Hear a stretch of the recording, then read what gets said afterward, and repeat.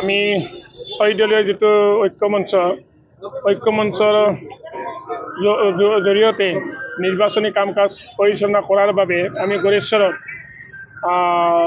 এটা নিৰ্বাচনী কাৰ্যালয় আজি ইতিমধ্যে ল'লোঁ আৰু এই কাৰ্যালয় আমাৰ ছয়দলীয় ঐক্যমঞ্চৰ এটা দল বৃহত্তম দল ভাৰতীয় জাতীয় কংগ্ৰেছৰ তামুলপুৰ জিলাৰ সভাপতি মাননীয় সুৰজিৎ বসুমতাৰীদেৱে উদ্বোধন কৰিলে। আজিৰ পৰা আমি আনুষ্ঠানিকভাৱে এই কাৰ্যালয়ৰ যোগেদিয়ে নিৰ্বাচনৰ কাম কাজবিলাক প্ৰচাৰ কাৰ্যবিলাক পৰিচালনা কৰিম। কংগ্ৰেছ দলক কিমান আশাবাদী আপুনি?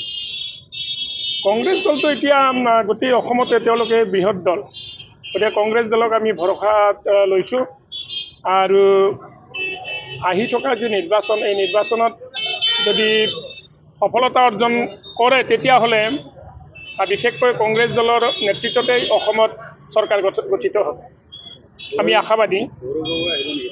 গৌৰৱ গগৈ স্বাভাৱিকতে যদি কংগ্ৰেছৰ নেতৃত্বত দল হয় চৰকাৰ হয় তেতিয়াহ'লে গৌৰৱ গগৈ মুখ্যমন্ত্ৰী হোৱাটো নিশ্চিত।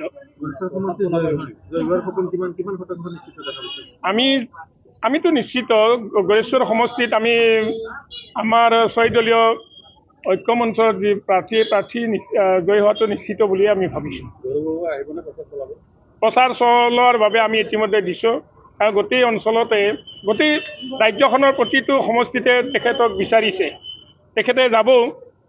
গতিকে আমাৰ ইয়াতো আমি গড়েশ্বৰ সমষ্টিত প্ৰচাৰ কাৰ্যত অনাৰ বাবে ষ্টাৰ কেম্পেইনাৰ হিচাপে আমি ইতিমধ্যে প্ৰপ'জেল দিছোঁ আৰু আমাৰ ৰাজ্যিক কমিটিৰ হাইকমাণ্ডে তেখেতসকলৰ লগত আলাপ আলোচনা কৰিয়ে ঠিক কৰিব। আমি কিন্তু প্ৰপ'জেলটো দিছোঁ।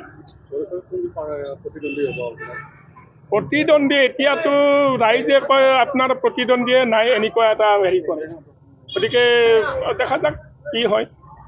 ৰাইজেতো ইতিমধ্যে পৰিৱৰ্তন বিচাৰিছে। বিগত 12 বছৰে বিজেপি দলৰ নেতৃত্বত কেন্দ্ৰত যি শাসন চলাইছে, 10 বছৰে এই ৰাজ্যত বিজেপি নেতৃত্বাধীন NDA যি শাসন চলাইছে তাৰ প্ৰতি মানুহ বিতুষ্ট হৈছে, বিৰাগ হৈছে। সেইকাৰণে ইয়াতে আমাৰ পাৰ্টীৰ প্ৰাৰ্থীক ইতিমধ্যে মানুহে আঁকোৱালি লৈছে। এতিয়া চালানী লোকেলৰ কথাটোত এইটো আদৰ্শ থাকিলে চালানী লোকেলৰ প্ৰশ্নটো নাহে। এতিয়া দেখা গৈছে লোকেল হ'লেও কিছুমান যদি হেৰি হয় তেতিয়াহ'লে তেওঁলোকে ভাল কাজ কৰিব নোৱাৰে।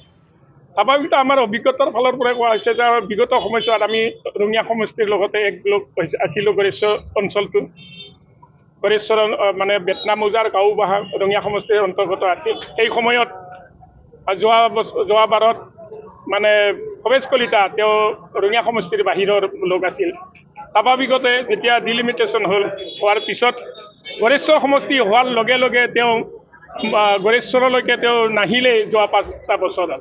গতিকে সেইফালৰ পৰা ৰাইজে চালানী আৰু যিটো লোকেল এই প্ৰশ্নবিলাক আনিছে যে তেওঁ লোকেল নহয় কাৰণে তেওঁ আমাক মানে উভতি চোৱা নাই, পিঠি দিছে। এই কথাটো স্বাভাৱিকতে এই প্ৰশ্নবিলাক আহিছে।